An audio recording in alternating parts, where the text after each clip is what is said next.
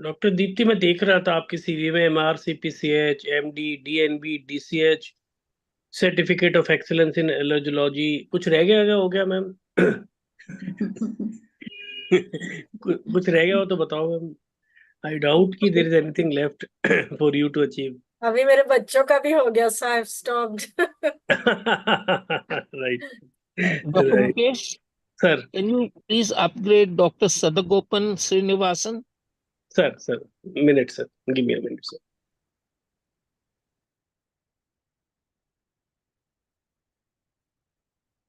Senior pediatrician joined us from Pondicherry.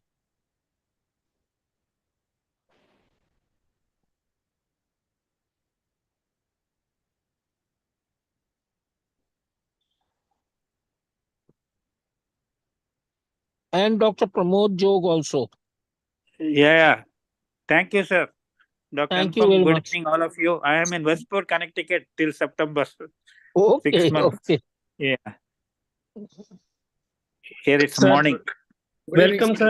Welcome sir. Hello. It's a pleasure meeting all of you. Yeah.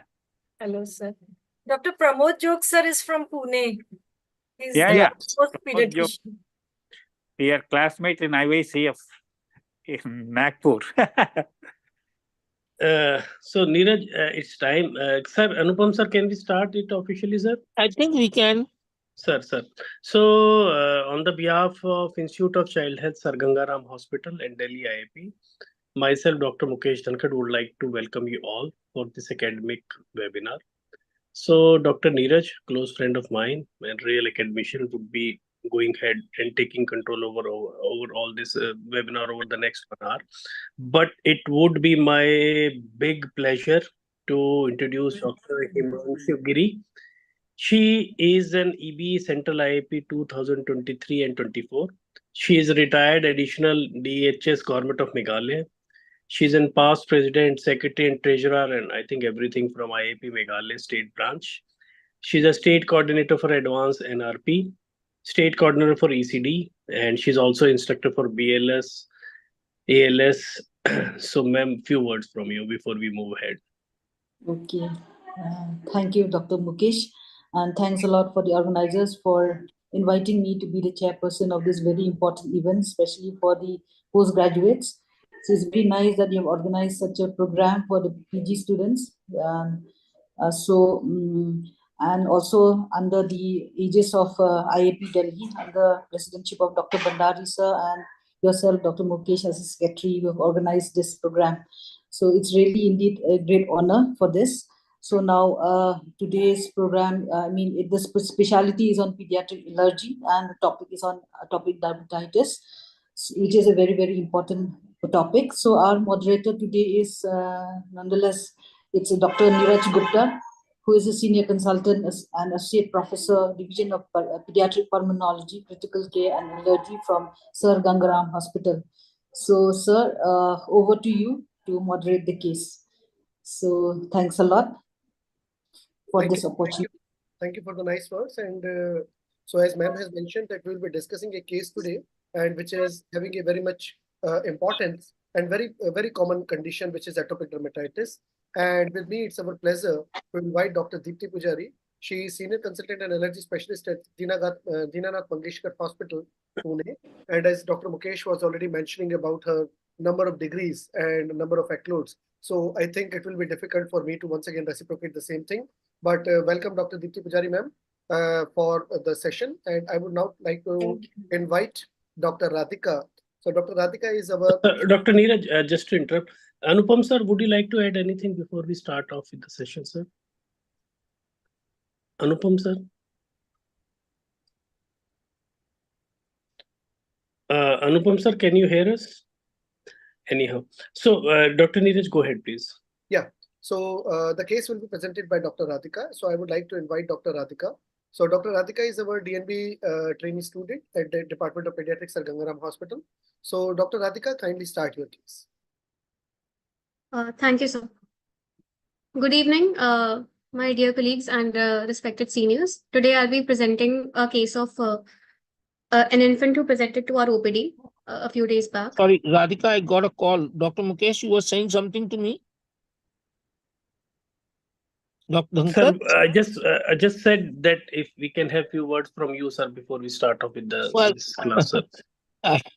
I welcome Dr. Hunsikini, and it's a great moment for me because it was during my tenure that we got approved for the Northeast Sisters a couple of seats for the executive board. So it's a real pleasure to welcome you on board, ma'am. Thank you And so much, sir. yeah, Deepti, it's good to see people getting into allergy and uh, in allergic disorders, because these are one of the commonest disorders which we see in our practice. Thank you, sir. I also have a great for Dinanath Mangeshkar, because my friend Shailesh used to be in pediatric hematology oncology there. Uh, He's still there. He's Nandan still there. Yadi for the epilepsy Yes. street. And of course, Dhananjay, who happens to be a class fellow of my wife, is Oh, your medical awesome. superintendent. So Yes. uh, Great. I welcome you once again. And please, I think we should start the proceedings now. Thank you very much. Go ahead, Dr. Neeraj. Dr. Neeraj, go ahead. Yeah, Radhika, please start. Radhika. Thank you, sir. Good evening. Today I'll be presenting a case of a 7-month-old girl child who presented to our OPD. She was born on 30th of September 2023, and she was born in Boston, USA. Her parents are Indians in origin.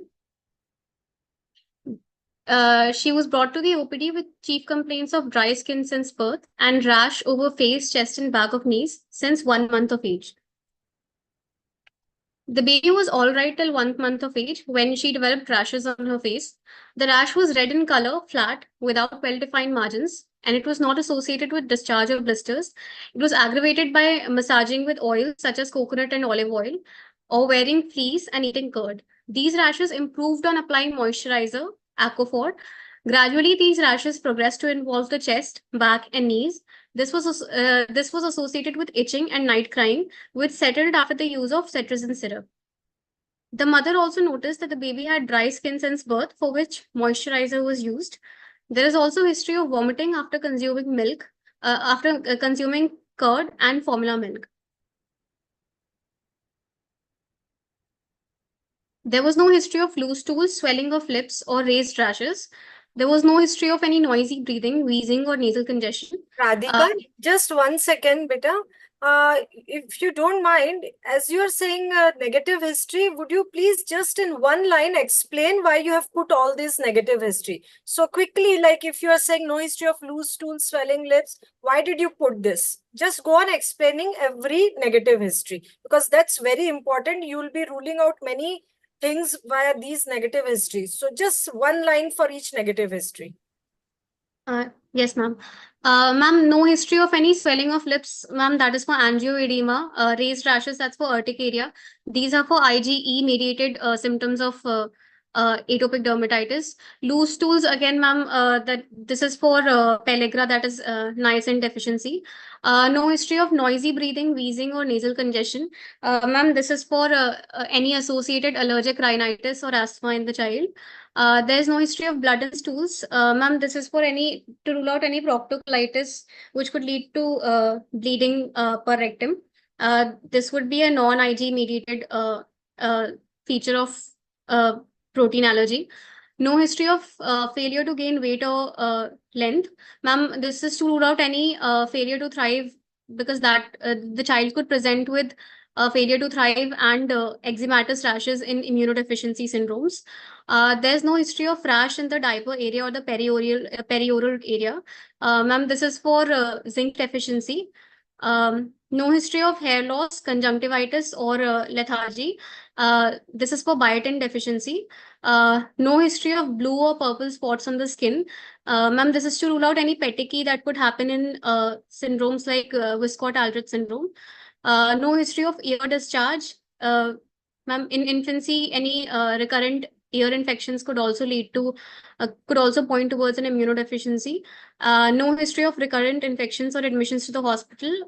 Again, this is for any susceptibility to infections, which could be because of an immunodeficiency syndrome.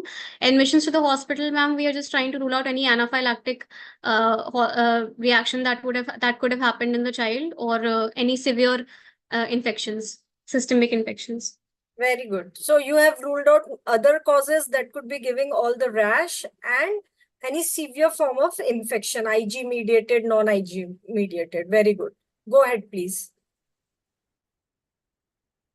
Coming to the antenatal history, this was a booked case. The mother received iron and folic acid supplements, 2 doses of TT. Mother was diagnosed with gestational diabetes mellitus and was on lifestyle modifications. She was not started on any medications. Antenatal scans were normal. Birth history, the child was born by LSCS, indicated due to cephalopelvic disproportion. It was a term pregnancy. Birth weight was 3.06 kgs. There was no history of any NICU stay after birth. Breastfeeding was initiated within 24 hours of birth. 1 second, Radhika. Does LSCS lead you somewhere? Born in the USA, LSCS. Are these any pointers? Can you elaborate? Would you want to ask anything further, or you are okay? Ma'am, there's a theory that if the child is not subjected to the maternal flora during vaginal delivery, then it could lead to a higher chance of the child getting atopy in their lifetime. So very good. So basically, it's all TH1 and TH2. We see there is a balance. So if there is LSCS, breastfeeding, maternal flora, these lead to TH1 arm that is dominant, the infection arm. But if all this is removed, especially in USA, there is a lot of hygiene. They are using a lot of sanitizers, LSCS. So the TH1, that is the infection arm, goes down and the allergy arm comes up, that is TH2. So that's why LSCS history is very good. But one good pointer is the breastfeeding was started. So that is one good thing. Great. Very good. Go ahead, please. Coming to the development history, the child had no history of any developmental delay. Gross motor, the child sits with support. Fine motor, the child had a palmar grasp.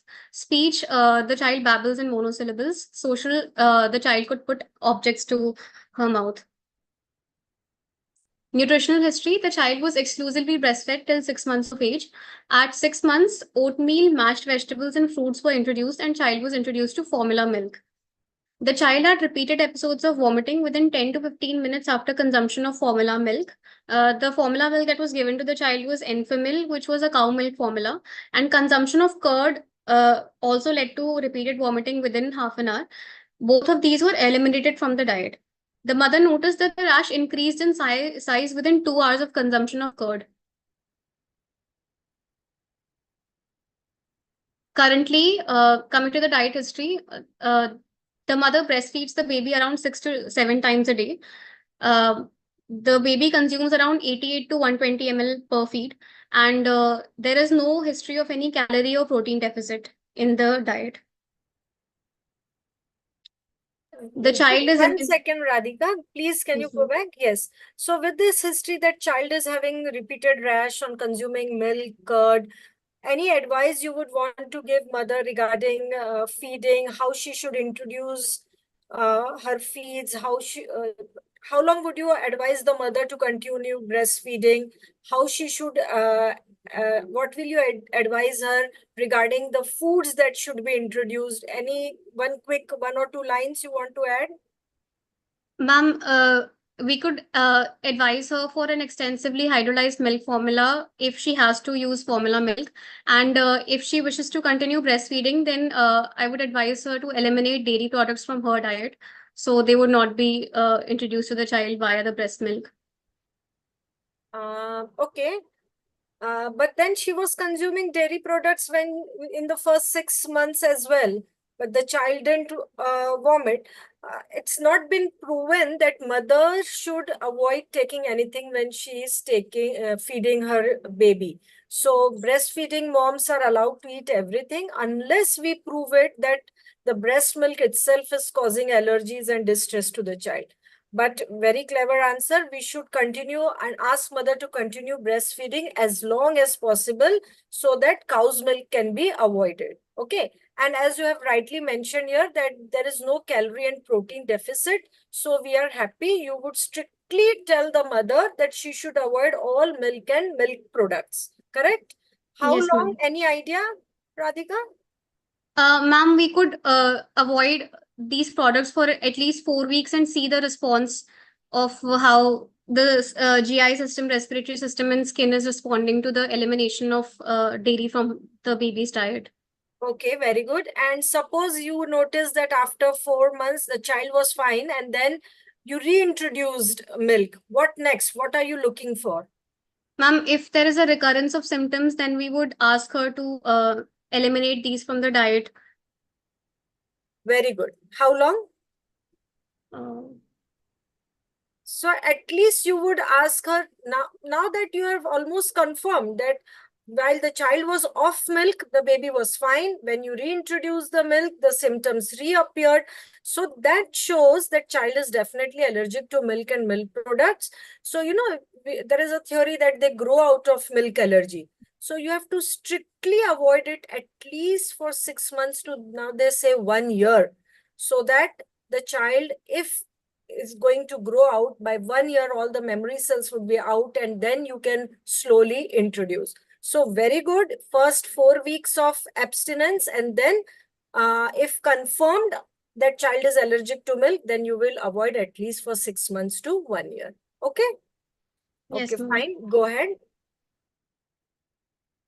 The child was immunized according to the AAP schedule. There was no history of allergic reactions to vaccination. Family history, the child was born to a non-consanguineous marriage. Maternal aunt has a history of asthma and she's on MDI puffs. The family belongs to an upper class according to modified Kupuswamy scale. They live in a Pakka house with clean water supply. There are no pets at home. The house is carpeted and the apartment is well ventilated. There's no history of humidifier at home. Coming to physical examination, the weight was 7.5 kgs, which falls at 50th centile, according to IAP chart.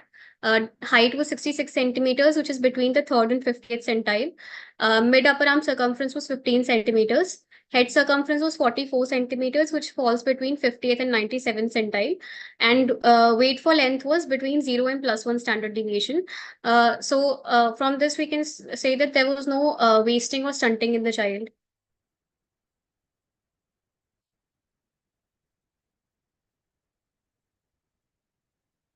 Coming to general examination, the child was active and playful. There was no pallor, icterus, clubbing, cyanosis, lymphadenopathy, or edema. The vitals, heart rate was 90 beats per minute, regular, good in volume. All peripheral pulses were palpable.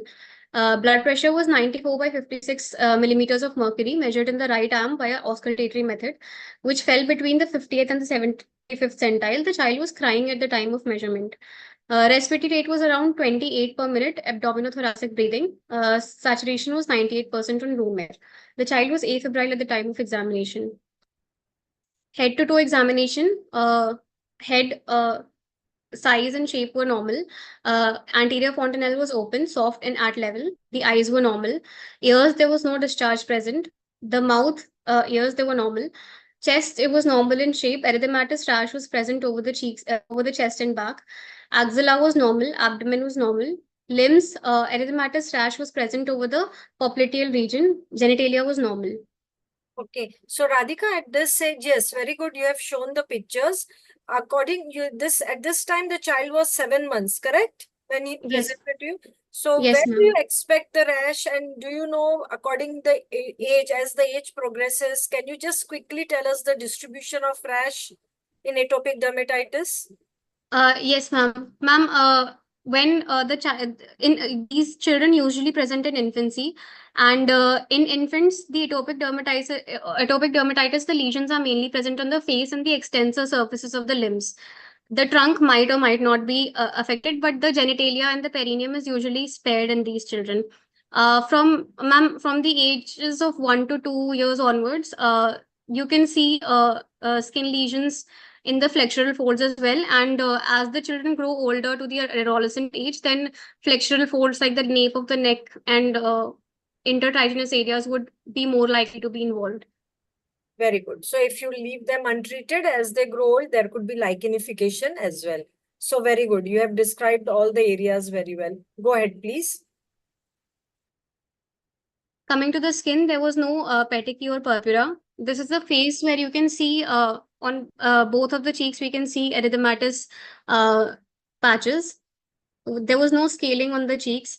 On the back of her popliteal region, there was mild erythema with scaling on both legs. In the third picture, we can see a similar patch over the nape of the neck and a few erythematous patches over the back as well. So multiple erythematous flat patches were present over both cheeks, nape of neck, chest, back, and popliteal fossa, from size ranging from less than 5 millimeters to 4 centimeters. Rash on the flexure portion of knees showed scaling. There were no scratch marks, excoriation, skin thickening, bleeding, oozing, crackling, or alteration of pigmentation present.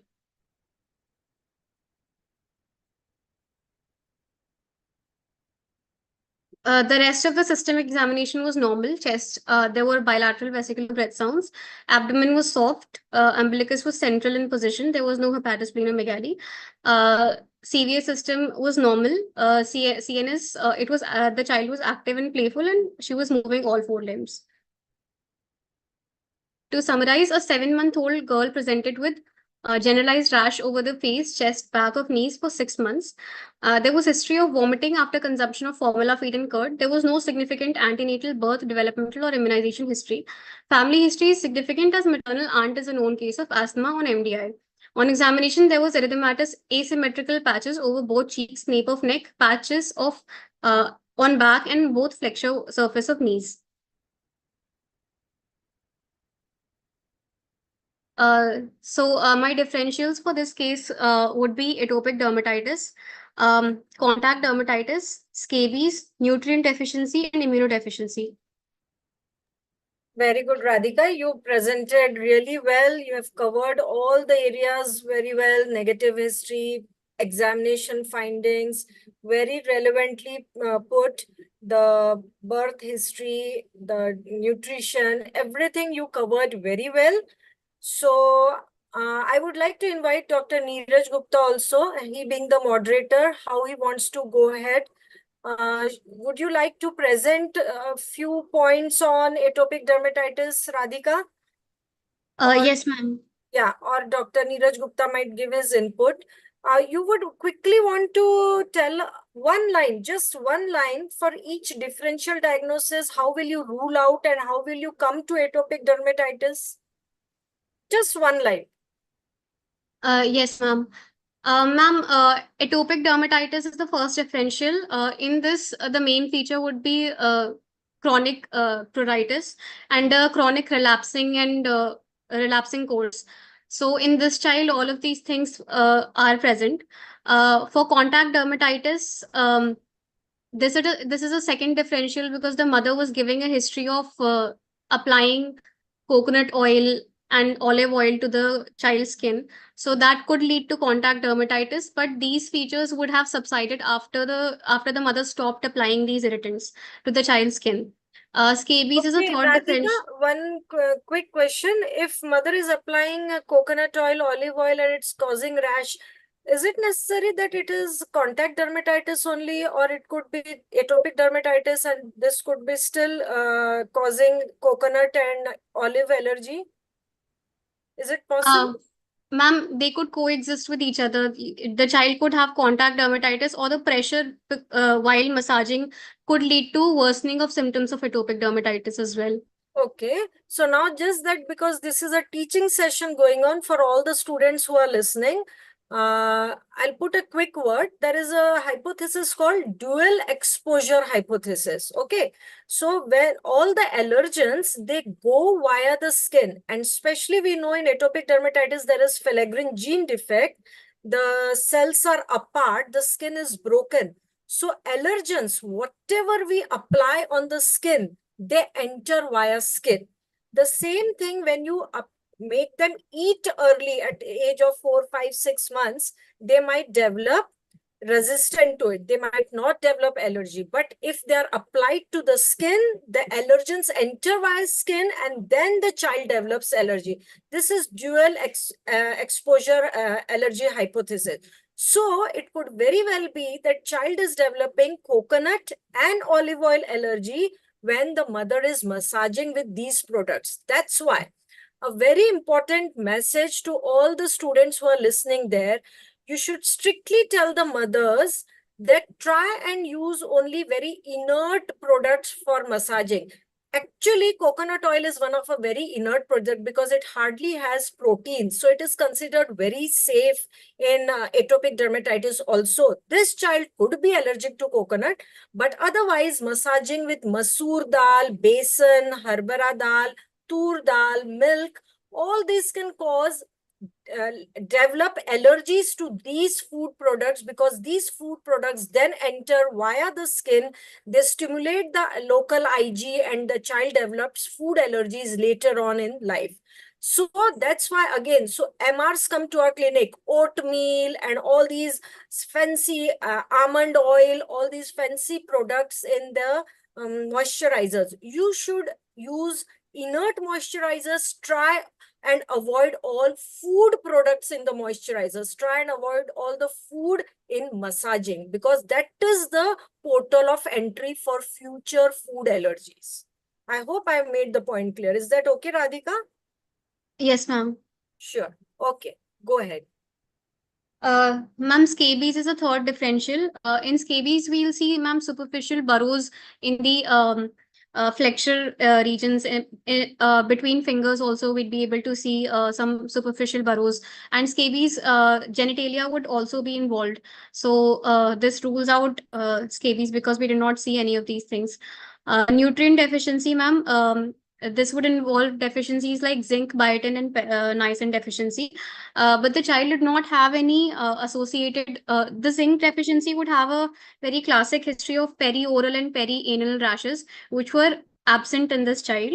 And pellagra would also lead to diarrhea and alopecia, which were absent in this child.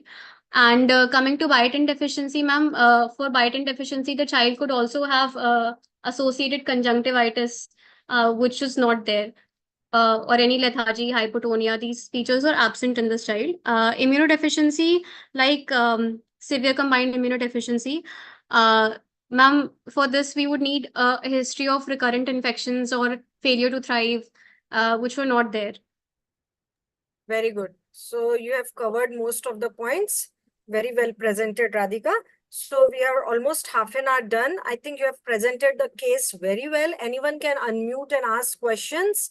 Or in next 15 minutes, you can give a quick presentation about atopic dermatitis. That would be a very good learning presentation for all the students who are out there listening to your talk.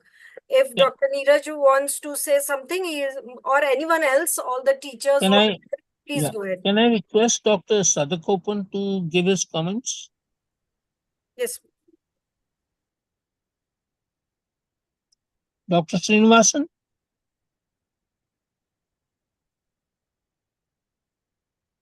Kindly unmute yourself, sir.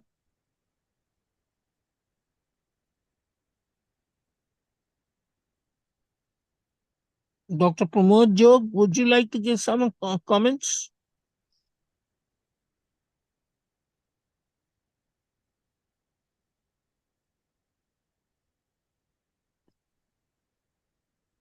I think, Neeraj, you can start off when these people are ready. They can give their comments in between. Neeraj? Right. Thank you, sir. I think Radhika has presented excellently well, and Dr. Deepti has discussed the case very well.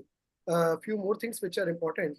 So one thing you rightly presented about this case, that it seems to be atopic dermatitis, and the ground you have already created that it's the Indian parents or the Indian genes, and the child has been born in the Western environment. So this is a very essential point. Second important point is the child was born with cesarean section. The other things which would have been a little more detail about the dietary history of mother when the mother was pregnant. So that also makes a difference, that whether the mother has taken some nut-rich diet or not exposed to that diet. So how much the fetus has got the exposure even before birth, because these all things will come as a tolerance.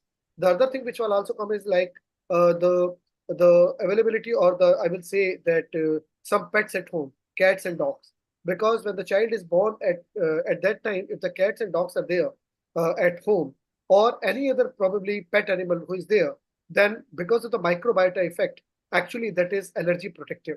But suppose if the child has already grown 6 months, 1 year, and thereafter some pet is brought at house, then at that time that particular pet can be allergenic, and that particular pet can also cause atopic dermatitis. It can cause your respiratory symptoms also. The other thing which is about immunization, I understand that this child is very small right now. They are 7-8 months, but there are certain vaccines which are food based, like for example egg based, for example MMR, so influenza. So when this child is, like for example, if some allergy test comes positive, egg allergy comes positive, then the next question comes, can this child be safely given this type of vaccine? This type of vaccine cannot be given. So these are the questions. The other thing is, when the mother was breastfeeding the child, at that time, was mother was taking top milk? Was the top milk contents were transferring through the breast milk to the child, and they were also culprit or not? So these points also will be discussed, and they need to be discussed. But overall, I think a very good presentation which you have done. So I think we can move ahead, and then we can discuss these things later.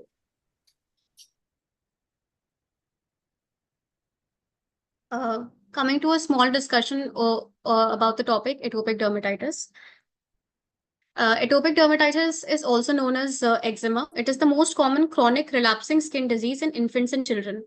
Atopic march is a phenomena which suggests that infants with eczema are predisposed to develop food allergy, allergic rhinitis, and asthma later in childhood.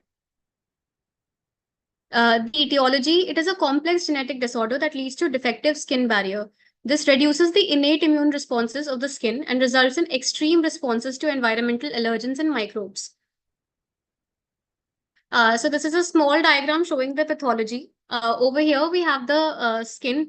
There is a barrier dysfunction. So whenever there is any dehydration or any allergens, then the filaggrin gene, which is found to be defected in around 50% of the cases of atopic dermatitis, or ORAI1, which certain mutations in ORAI1 are also associated with atopic dermatitis. It leads to increased amount of TSLP, which is thymic stem lymphopoietin. This leads to a T helper 2 response. T helper 2 response leads to increase in cytokines like interleukin 4, interleukin 13, interleukin 31, interleukin 5, and interleukin 9.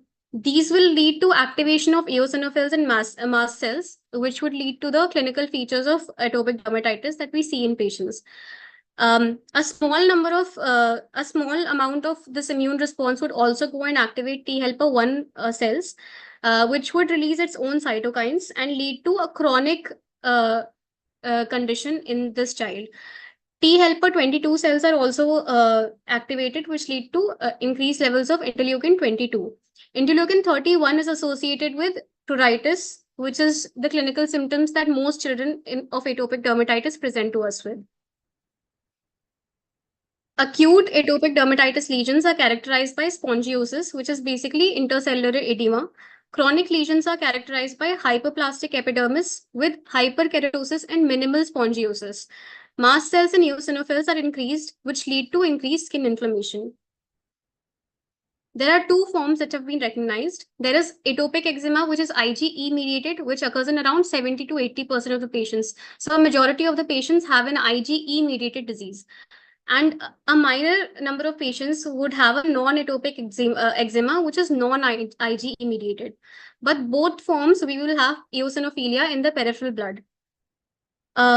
Acute atopic dermatitis would have higher levels of interleukin 4 and interleukin 13, whereas chronic atopic dermatitis would have higher levels of interleukin 5, GM-CSF, interleukin 12, and interferon gamma. Severely dry skin is seen in atopic dermatitis. There is a defect in the skin barrier, which leads to increased transepidermal water loss, allergen penetration, and microbe colonization. Filaggrin is a structural protein in the epidermis. It is found in the stratum corneum, and any mutation in this would lead to defective skin barrier. Filaggrin mutations have been identified in up to 50% of the patients with severe atopic dermatitis. It is also strongly associated with food allergy and eczema herpeticum. Clinical features, the age of usual presentation is usually infancy. Clinical features, we would have intense pruritus would be present in almost every patient that comes to us with atopic dermatitis, and there'll be skin reactions. Irritants include food products like cow milk, egg, peanut, tree nuts, soy, wheat, fish, and shellfish. Aeroallergens are present such as pollen, fungal spores, animal dander, and dust mites. Infections such as Staph aureus, HSV virus, Coxsackie virus, and molluscum virus are also there. Reduced humidity and sweating could also act as an irritant, and wool, soap, toiletry scents, and detergents can also act as irritants. So the lesions could be of acute, subacute, or chronic type. In acute lesions, we would have erythematous papules, which are raised lesions which would be less than 1 centimeters in width. Subacute lesions are red, which might or might not be associated with excoriation, and you will see scaling papules. Chronic atopic dermatitis, we would have lichenification and fibrotic papules. In infancy, we will usually see that the lesions involve the face, the scalp, and the extensor regions. In older children, usually the flexure areas are involved. Lab findings, this is a clinical diagnosis, but the peripheral blood may show eosinophilia and raised IgE levels. Serum IgE measurement and skin prick test can identify the allergens. For the diagnosis of atopic dermatitis, we need 3 things. One is pruritus, second is eczematous dermatitis, and 3 is a chronic relapsing course. Family history of asthma, hay fever, or raised IgE can increase the suspicion of atopic dermatitis in the child. So in this child, we had the maternal aunt who had asthma. So it would increase the risk of atopic dermatitis in this child as well. Our differentials include dermatophyte infection. But in dermatophyte infection, there'd be a very clear cut lesion with central clearing present. Scabies, we would have itchy burrows on intertriginous areas, including the genitals. Zinc deficiency, there'd be red scaly patches and plaques around the mouth and the anus. Biotin deficiency, there'd be periorofacial dermatitis, alopecia, and conjunctivitis. In severe combined immunodeficiency, the child would present to us in infancy with failure to thrive, diarrhea, rash, recurrent skin, and systemic infections. Histiocytosis, we would have a child who's coming to us with atopic dermatitis and failure to thrive. And bones would be involved around 70 to 80% of these patients. Viscod-Aldrich syndrome, we would have immunodeficiency, thrombocytopenia, eczema, and severe recurrent bacterial infections. Contact dermatitis, in contact dermatitis, we would not have a history of atopy in the childhood, like allergic rhinitis or asthma, or any family history of atopy. The severity of AD can be divided into 4 classes. Clear is when the skin is normal and there is no evidence of any dermatitis. Mild is there are areas of dry skin and there is infrequent itching. Moderate is dry skin with frequent itching. Redness, that is with or without excoriation. Severe is there are widespread areas of dry skin, incessant itching is present, and redness is present, which can be with or without excoriation, extensive skin thickening, bleeding, oozing, cracking, or alteration in pigmentation. Coming to the treatment, cutaneous hydration. Moisturizers are first line of therapy. Hydration by bathing or wet dressing can increase the penetration of glucocorticoids as well. So the first line that we prescribe is usually moisturizer for the child. Topical corticosteroids. There are 7 classes of glucocorticoids based on potency. Long-term control can be achieved by twice weekly application of fluticasone or mometasone to areas which have healed. So these are the classes of glucocorticoids, class 1 to class 7, and they are organized in decreasing order of potency. So it is always advisable to go with the least potent one first, and then we can make our way to a lower class. Side effects of glucocorticoids can be local or they can be systemic. Local side effects of glucocorticoids include striae or skin atrophy, and systemic side effects of glucocorticoids can be adrenal suppression, which is more common in younger children. Topical calcineurin inhibitors, we have 5-microlimus cream, 1% for mild to moderate atopic dermatitis, and tacrolimus ointment, 0.1% for moderate to severe AD. This is approved for short-term use in 2 years in children who are 2 years old and above. Phosphodiesterase inhibitors, crisaborole is an approved phosphodiesterase 4 inhibitor for mild to moderate atopic dermatitis. We have tar preparations, which are not as effective as glucocorticoids, but can be used for scalp dermatitis. We get tar shampoos in the market. Antihistamines, systemic antihistamines can help with pruritus. And more than pruritus, they also have a sedative effect, so that can help with nighttime itchiness that these children can usually have. Systemic corticosteroids, these are rarely indicated because we will see a dramatic improvement, but there can be a severe rebound flare that can occur after we stop the steroid course. Then there's cyclosporin, which acts on the T cells by suppressing cytokine gene transcription, and it is only used in severe atopic dermatitis. Side effects of cyclosporin can include renal impairment and hypertension. Then we have dupilumab, which binds to interleukin-4 receptor and inhibits the signaling of interleukin-4 and interleukin-13. These are the T helper 2 cytokines, which increase the allergic manifestations. Because dupilumab would bind to the interleukin-4 receptor, it would lead to reduced pruritus and improved skin clearing. Antimetabolites like mycophenolate mofetil, methotrexate, and azathioprine are also used for treatment of atopic dermatitis, which is not responding to any of the other mentioned treatments. But before these drugs are used, a referral should be sought to an atopic dermatitis specialist. Other therapies which are unproven include phototherapy, omalizumab, allergen immunotherapy, probiotics, vitamin D, and interferon gamma. Coming to the prognosis, it is more severe in children with null mutations in the filaggrin genes. Spontaneous resolution has occurred after 5 years in 40 to 60% of the patients. There are a few predictive factors for poor prognosis, and these include widespread atopic dermatitis, FLG, that is filaggrin gene null mutations, allergic rhinitis and asthma, so any other atopic features, family history of atopic dermatitis in parents or siblings, and early onset of atopic dermatitis, only child and very high immunoglobulin E levels in the child can also be a prediction of poor prognosis.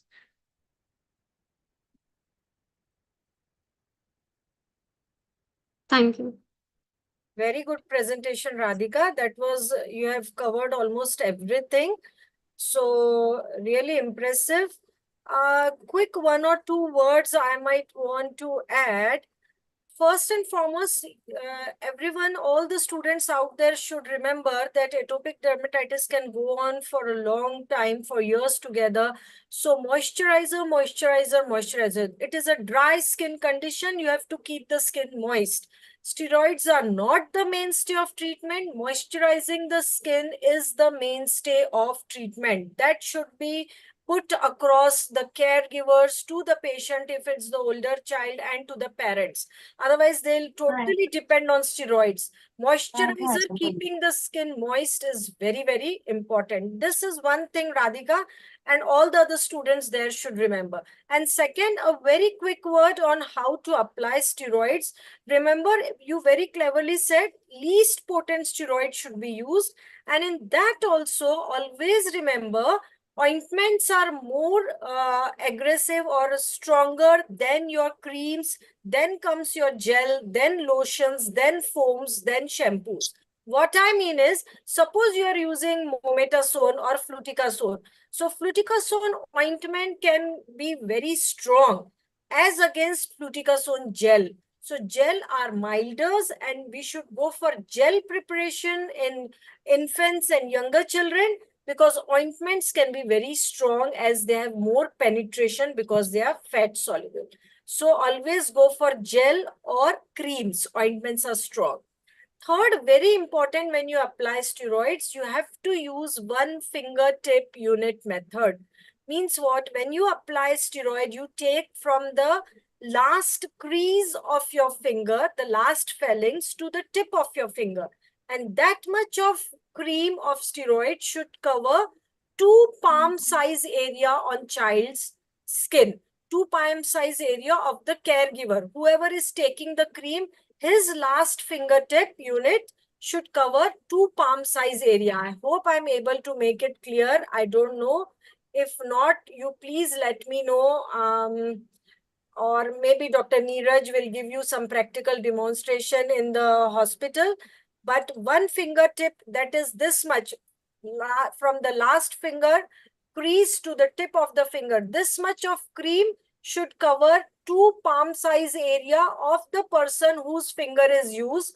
This much of area on the child's skin surface. You cannot use steroids liberally. Only this much of cream covering 2 palm size area on the child's surface. It can be given for 2 weeks. You should review the situation, then decrease the potency of the steroids, and then continue with moisturizer. Moisturizer 3 to 4 times a day. That's it. And I think for your for DNB students, you have done an excellent job, covered most of the points. We need not go into the nitty-gritties. Otherwise, it can take one full day. Very well covered, fruitful 45 minutes, I think. Thank you, Dr. Deepti. I would like to invite Dr. Giri for her expert comments. Dr. Giri, please.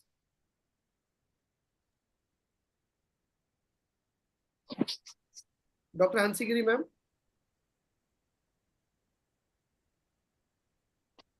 Yes. Excellent, Radhika. You really presented the case so well. And Madam has also put up so good questions that I have also learned a lot from this presentation. So I feel congratulations to both of you, and also congratulations to the moderator who's done a good job. Thank you, ma'am. A few more things which sometimes the parents might ask, like for an example, this child is having atopic dermatitis, and many children can come to us with atopic dermatitis. But now, which particular child is likely to go to atopic march or allergic march? Like the parents might ask that how I can predict, or someone can predict that this particular child is likely to go to asthma or to rhinitis. So, Dr. Radhika, can you please comment about those early markers? That which child is likely to go for atopic march or allergic march? Yes, sir. So children who are predisposed to go on an allergic march would include children who have a very early onset of atopic dermatitis, children with null mutations in FLG, so that is associated with food allergy and allergic rhinitis as well. Children who have a family history of atopy in the family would also have a higher chance of having other atopic symptoms. And so very severe atopic dermatitis, like very widespread areas and very intense itching could also have. Very good. So you mentioned clearly that it is the early onset, it is the severity of the disease, and it is the persistent disease. So if atopic dermatitis continues, eczematic skin continues for at least more than 3 years, there at that time, there are very high chances that this particular child is likely to go towards asthma and rhinitis. And as you rightly mentioned, that if it's a proven food allergy, if it is a proven mutation, and it's filaggrin, you rightly mentioned that filaggrin is not the only mutation or not the only gene, but it is the most widely studied gene.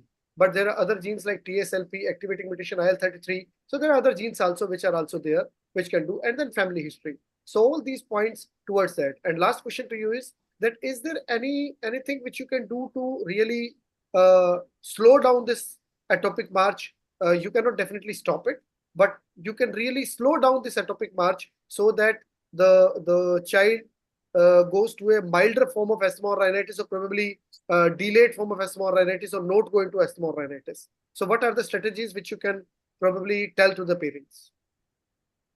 So this child is presenting to us at a very young age, so we can ask the mother to introduce some food early on in the child's life, like peanuts. So the child would develop a resistance and prevent the child from developing any sort of allergy in the future to these products. No, so the first thing is, as Dr. Deepti has mentioned about the moisturizers. So moisturizer, that the skin is basically the portal of entry for food. So you need to really seal the skin. So that is a moisturizer. This is very important. Second, you need to really do some sort of allergy testing in this particular child. You never know that this particular child might be having a peanut allergy also. And you introduce peanut and that will worsen the situation. So you need to do the allergy testing. And in that allergy testing, whatsoever food items comes out to be positive, then you need to be very cautious about introducing them and preferably refrain them for the time being. And whatsoever is not coming positive at that particular time, you can think about introducing them earlier. So you need to be very cautious in this particular child who has already got atopic dermatitis. Those things which you are telling is early introduction of food items. This is for a child where the atopic dermatitis is not yet developed and you need to prevent that. But here the disease is already coming. So you need to treat the disease and you need to prevent the flare up of the disease also.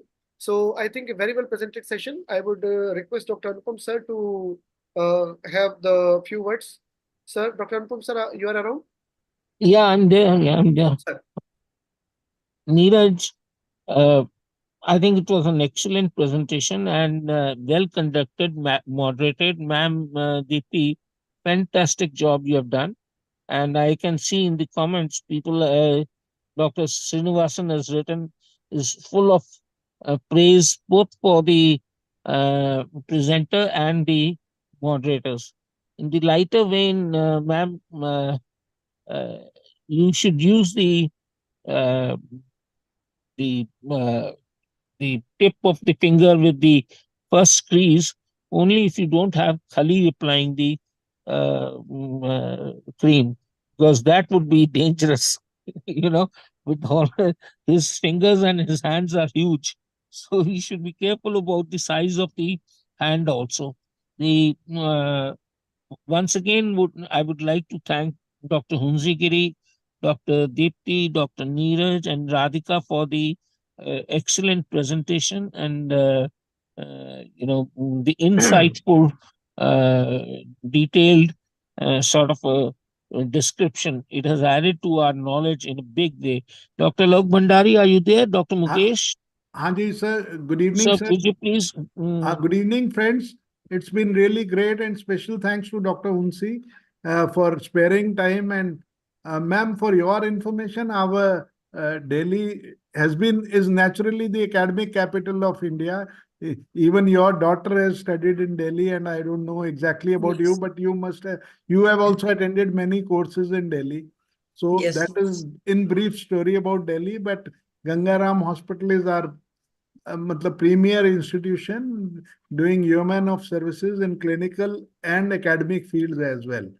Recently, our Gangaram Hospital has been ranked pretty high globally also. And Dr. Anupam Sachdev, you can see him working so hard and taking care of academics at PG teaching class on Wednesday and a faculty lecture on Thursdays. So that's a great moment for us. And definitely, if we can do something, Dr. Anupam has also planned some hematology workshops in Northeast also. And if you want any other academic assistance, please feel free. Delhi is always at your service. Congratulations. Gangaram, of course, is a wonderful institution where I.C. Verma, my professor, was also there for a long time. Yes. Thank you, sir. Thank you so once again. And thank you, Deepti ma'am. Pay my regards to Dhananjay and to Shailesh Kanvinde. Everybody, thanks a lot. It has been a pleasure listening to this talk, and it has added a great knowledge for us. Thank you, sir. Thank you, Okay, everyone. bye. Bye-bye. Thank you. Good night. Good night and bye-bye.